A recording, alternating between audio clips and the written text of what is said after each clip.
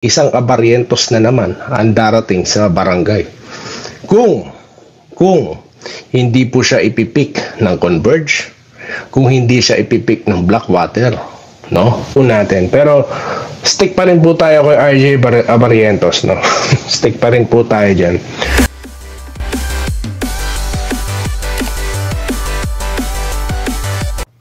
Ayun, so welcome back po na dito sa Henry Toy TV Sports, no? Well, bago po tayo magsimula, kahit ng intro, subscribe po muna kayo guys, okay?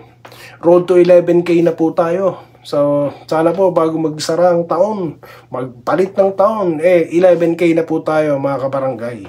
Okay, so salamat po sa mga bagong subscribers. So, yun na nga po, no? Guys, ang ating topic is in continuation po ng ating countdown ng Pakbakang Barangay Ginebra at San Miguel, okay? At ito pong ating ipinangako, no, na topic about kay RJ Abarrientos, okay? So, at mga pa-shoutout. So, yun lang po muna. Okay, mabilisan na to. Umpisahan na natin. Ito nga pong ating gustong pag-usapan muna about dito kay RJ Abarrientos, no? Kasi nga po, sabi ko sa inyo, nung bago po magkaroon ng draft, di ba? Siya na po ang ating pinredict, no? So, ako po yung naglatag ng mga kadahilanan kung bakit. Season, PBA draft, Barangay Ginebra selects RJ Abarrientos, no? At yun na nga po, no, maraming nagulat. Pero ako po, pagkagising ko, nakita ko, hindi na po tayo nagulat. Kasi nga po, siya po yung ating pinredict, no, na kukunin ng Barangay Ginebra, no? At meron po tayo dyan sa nakaraang content, no? Sinabi ko po dyan na kasama po sa trade, ito pong si Abarrientos talaga, no, ang pakay ni Coach Tim Cone. Bagamat meron po tayong kaibigan, no, na nag-comment na nagkakamali daw po tayo dyan, dahil nga po malaki daw po ang target, no, ni Coach Tim Cone. At hindi guard, lalo na alanganin daw dahil 5'11 lang. Pero tayo, sa ating sariling pag-aanalisa, syempre, talaga pong obviously si RJ Abarrientos po talaga yan. At yung 1, 2, 3 picks po talaga is very predictable po talaga, no?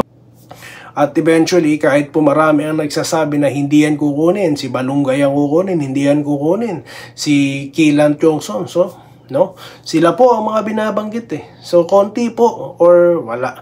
Basta po, konti Kasi nga po, ang kailangan ng Ginebra is big man, di po ba? Since na-trade. Ito po si Stan Hardinger. Pero ako po talaga, pagkalaman ko pa lang, no, nakasama sa trade yung drop pick as Abarrientos na yan. Kasi nga po, ba't hindi mo kukunin yun? Import ng ibang kupunan yun. Korea, Japan, di po ba naglaro yan? Tapos, ang ganda pa na nilalaro sa or nilaro niya sa SGA. Talagang ito, legit ito. At kailangan ng Ginebra ng talagang leadership kasi nga po, magre-retire na rin naman si Tenorio. So kailangan po talaga ng magtutuloy ng torch, no, from Valdavid. Okay? So ito, skip na po ako na po tayo, 90s na po kagad tayo So malalaktawan ko po yung mga legends po.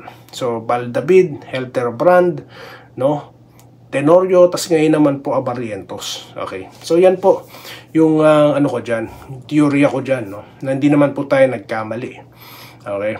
Tapos ang sunod po nating dyan, predict dyan, magiging Rookie of the Year yan. Ngayon, ang tanong, hindi po siya nagpe-first 5, di po ba? Pero spark po siya of the bench. So nakita nyo naman po, kahit na ang pumukol si Thompson, ang pinag-uusapan po ng karamihang usapan dyan sa kabilat kanan si Abarrientos, no, yung nag-deliver ng pasa, no, at yung of course siya nagsimula kasi ng run, tatlong sunod niyang 3-point shots, di po ba, ang bumura dito sa 22-point lead ng Magnolia Hotshots, di po ba?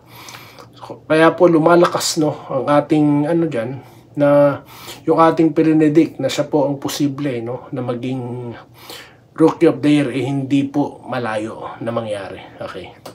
Kahit po mahigpit na kalaban niya dyan si Bearfield, di po ba?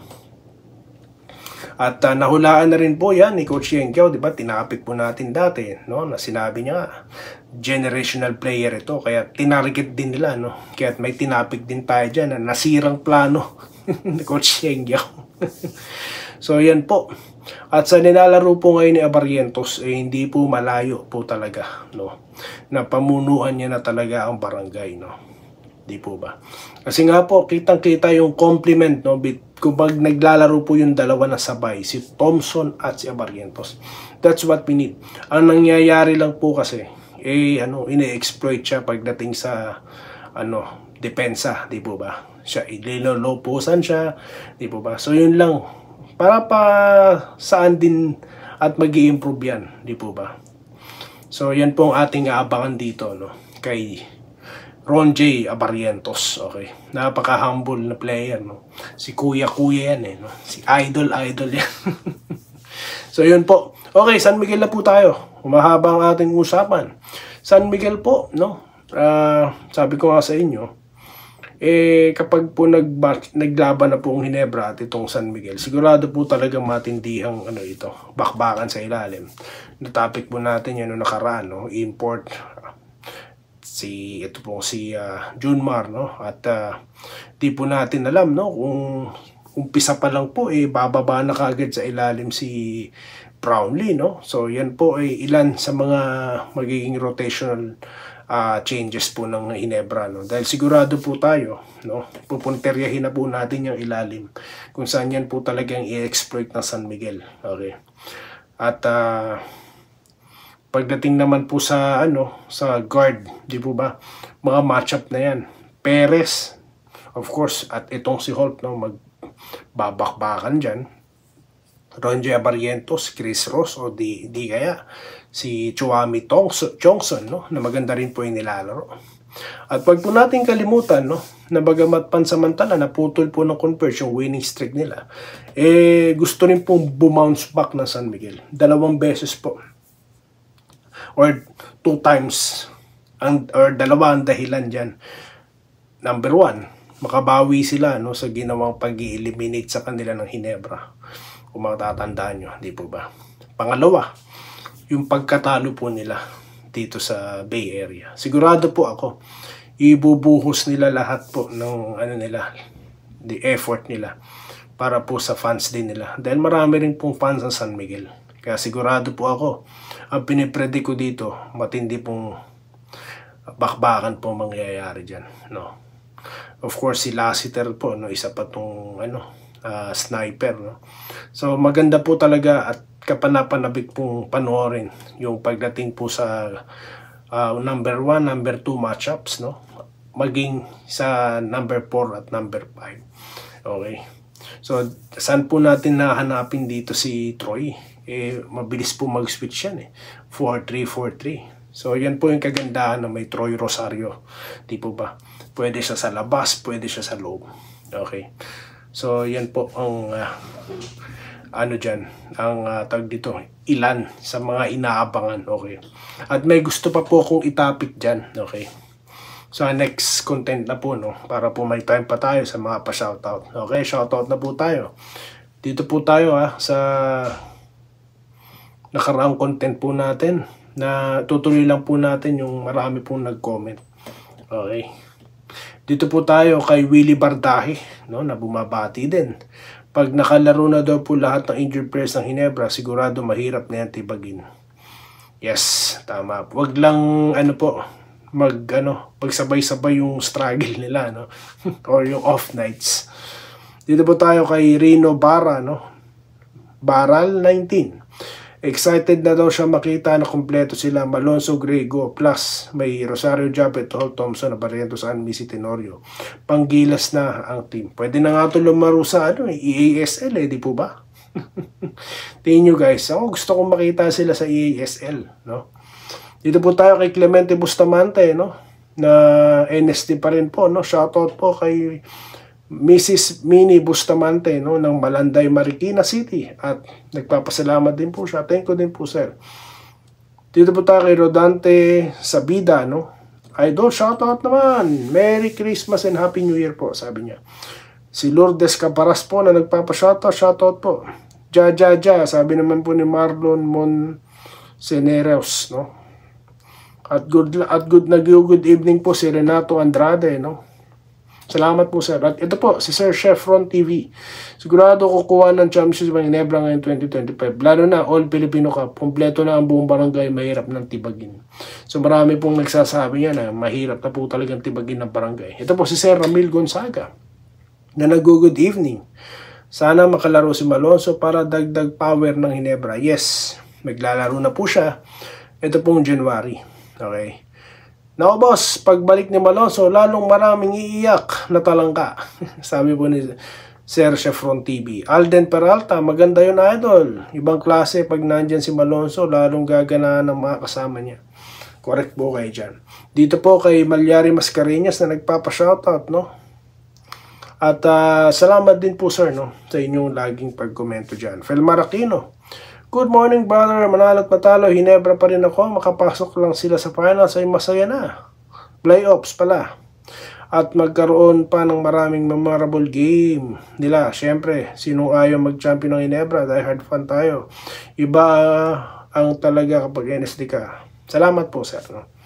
Bobby Cabading, sana nga po makabalik na si Idol Malonzo para may makatubang sina Japet at Troy. Shoutout po. Suporta ng Ginebra, go for the win.